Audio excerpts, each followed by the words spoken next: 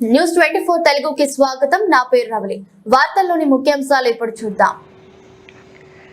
Doctor BR Ambedkar Konaseema జిల్లా ముమ్మిడివరం నియోజకవర్గం పోలవరం మండలం టి కొత్తపల్లిలో పోషకాహార పక్షోత్సవాలు నిర్వహించారు. ఐసిడిఎస్ సెక్టర్ అధికారిని సిహెచ్ నాగలక్ష్మి గర్భిణీలకు పోషకాహారంపై అవగాహన కల్పించారు. పలువురు వక్తలు మాట్లాడుతూ మారుతున్న ఆహారపు అలవాట్ల ద్వారా గర్భవతులు, బాలింతలు, చిన్నపిల్లలతో పాటు సామాన్య ప్రజలు కూడా రోగాల బారిన పడుతున్నారన్నారు. కుటుంబ సభ్యులు గర్భవతులకు ప్రశాంత వాతావరణం కల్పించాలన్నారు.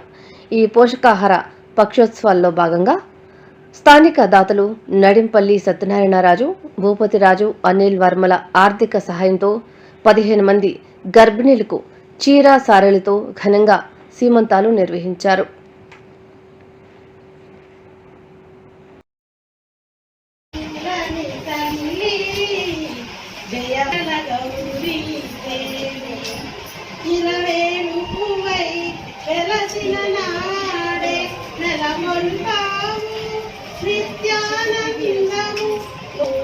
చేసే పూజ చెకొమ్మ అమ్మ జయ మంగళ గౌరీ దేవి దయ చూడు చల్లని తల్లి.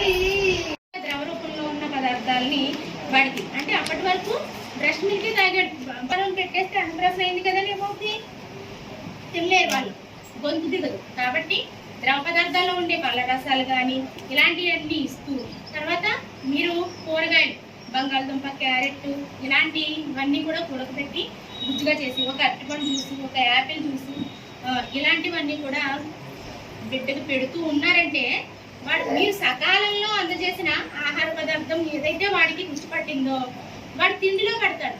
మీరు 6 నెలలు పూర్తయిన తర్వాత ఏమీ తినట్లేదని వాడిని పక్కన పెట్టారనుకోండి, 7 నెలలైనా 8 నెలలైనా 10 నెలలైనా మీ పాలకే చూస్తాడు తప్ప తల్లి పాలకే చూస్తాడు, తినడానికి ఇష్టపడ్డాడు. మీరు సరైన సమయంలో వాళ్ళకి ఆహారాన్ని పరిచయం చేసినట్లయితే కనుక వాళ్ళు నెలలు గడిచిపోతుంది. అంటే 7-8 నెలలు అయ్యే వరకు ఒక 200 ml మీరు ఏం పెట్టినా కొంత పెట్టుకోవాలి. అదే 8 నెలలు పూర్తయిన తర్వాత 300 గ్రాముల ఆహారం. అలాగే సంవత్సరం అయ్యేసరికి ఒక 4 కటోరీలు అంటారు వాటిని, అవి కూడా అంగన్వాడీలో